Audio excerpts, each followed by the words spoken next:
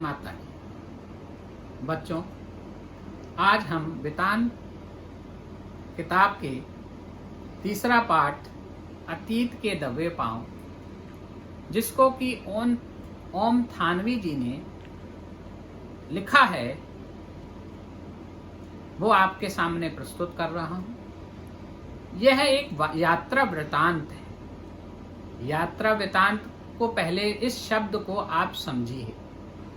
यात्रा वृतांत का मतलब होता है बच्चों, अभी आपकी गर्मियों की छुट्टियां होंगी, आप घूमने जाओगे, और जब आप घूमने जाते हो तो जिस स्थान यानी मथुरा से चलकर आप जहां भी घूमने गए, वहां तक का आने जाने का तरीका, वहां के सुंदर जगह जिनको घूमने लायक देखने लायक हैं उनको देखने का तरीका, वहां पर सुंदर व्यंजन कौन से मिलते हैं, रहने का, ठहरने का, इन सब को जब आप लिपिबद्ध कर लिखते हैं तो इसे कहा जाता है यात्रा वृतांत।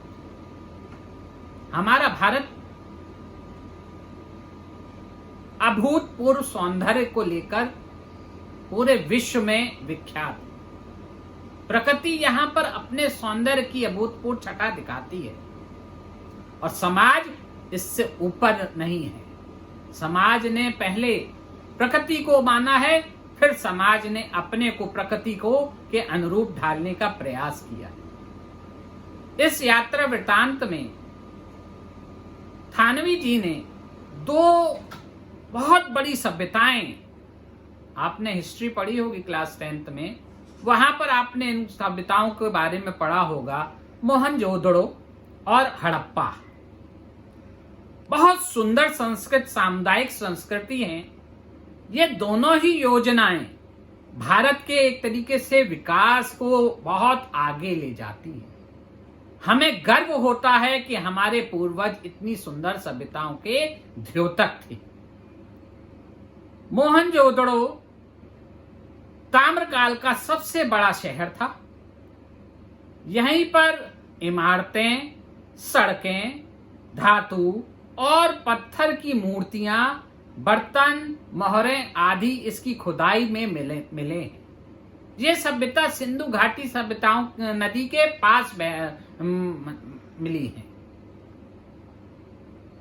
मोहनजोदड़ो एक शहर होने के साथ साथ एक सभ्यता के विकास का केंद्र था।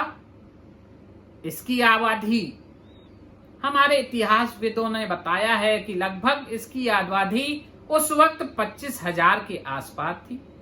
छोटे बड़े टीले मिलते हैं यहाँ पर। अधूरे पायदानों पर खड़े होकर अनुभव किया जा सकता है कि आप दुनिया की सबसे ऊंची छत पर खड़े हैं।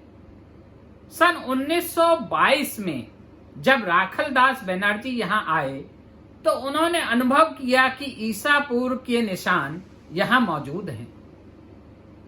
तत्पश्चात भारतीय पुरातत्व सर्वेक्षण के महानिदेशक जॉन माइकल ने अपनी निर्देशन में यहां खुदाई का व्यापक अभियान शुरू किया। धीरे धीरे विशेषज्ञों ने इस सिंधु सभ्यता की देहरी को खोज निकाला और मेसोपोटामिया, इराक की इस प्राचीन सभ्यता के समकक्ष हमारी सभ्यता को खड़ा करा। इस तरह पौराणिक वैज्ञानिक आधार पर विश्व के प्राचीन सभ्यता होने के दावे को पुख्ता किया जा सकता है।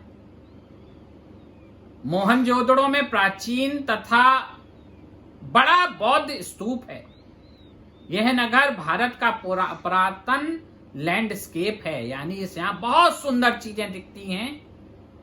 नगर में योजना इस तरह थी कि कोई भी स्थान कहीं पर भी अपने सौंदर्य को खोता नहीं था। खंडर हो चुकी इमारतें, सड़कें व गलियां इसके विस्तार के, इसके सुनियोजित ढंग को बनने को हमारे सामने प्रस्तुत करती है। नगर योजना इतनी सुंदर थी कि यहां प्रदूषण का नाम मात्र भी प्रयोग किसी भी व्यक्ति विशेष पर नहीं होता था। क्यों? क्योंकि यहां कोई भी घर हाईवे यानी मुख्य सड़क की तरफ नहीं बने होते थे, बल्कि गलियों में इनका में बने होते थे। छोटी छोटी गलियां थी और उनमें ही ये बने होते थे। तो जाने कि आवागमन बाहर ज्यादा था, अंदर किसी प्रकार का कोई प्रदूषण नहीं था। इसका सबसे अच्छा उदाहरण हमारा चंडीगढ़ है। चंडीगढ़ में भी आप इस तरीके की व्यवस्था को देख सकते हैं।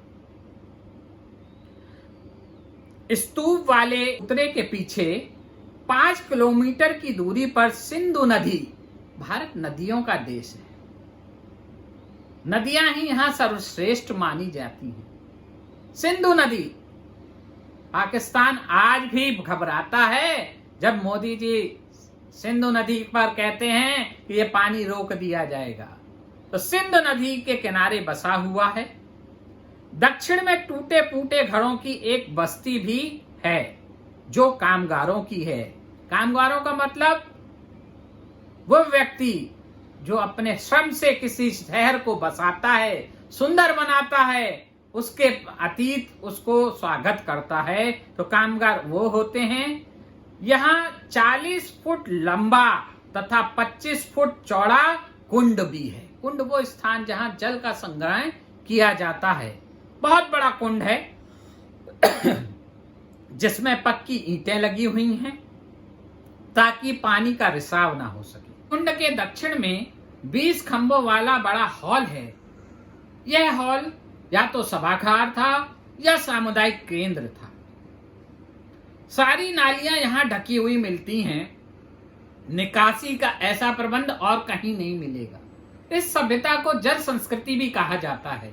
क्यों? क्योंकि नदी के किनारे यह पूरी सभ्यता बसी हुई है और जल का सुंदरतम प्रयोग इसमें दिखाई देता है। कुंड बने हुए हैं। आगे आपको मैं और बताऊं कि यहाँ 700 कुएं पाए जाते हैं जो सब कुछ ढके हुए हैं, जिनमें कहीं भी प्रकार का कोई गंदगी ना आ सके, उसका सुंदर प्रयोग किया गया है। यहाँ पर विशाल कोठार पाए जाता है, मिलते हैं, जो शायद अनाज भंडारण के काम आते हैं। ढुलाई के लिए बैलगाड़ियों का प्रयोग किया जाता है। सभ्यता मूल रूप से खेतीहारी या पशुपालक थी। यहाँ कपास, जौ, सरसों, गेहूं और चने की फसलें उगाई जाती थी। यह सभ्यता मुख्य रूप से सौंदर्य बोध को अपनी तरफ सुंदर दिखाती है। यहाँ एक अजायब घर भी मिलता है जिसमें विभिन्न प्रकार के इनके औजार दिखाई देते हैं, लेकिन इस पूरी सभ्यता में कहीं भी राजा का या धर्म का आधिपत्य नहीं दिखाई देता है। यहाँ समाज का आधिपत्य दिखाई देता है। सब लोग मिलकर और अपने इस सुंदर सभ्यता का निर्माण करते हैं। या छोटा सा एक मुकुट पाया गया है। ये नहीं कहा जा सकता कि ये राजा, क्योंकि इतना छोटा है कि ये नहीं कहा जा सकता कि यहाँ कोई राजा राज सत्ता थी। नहीं, ये सभ्यता तो सौंदर्य बोध को लिए हुई थी। इतनी सुंदर सभ्यता भारत में और कहीं भी नहीं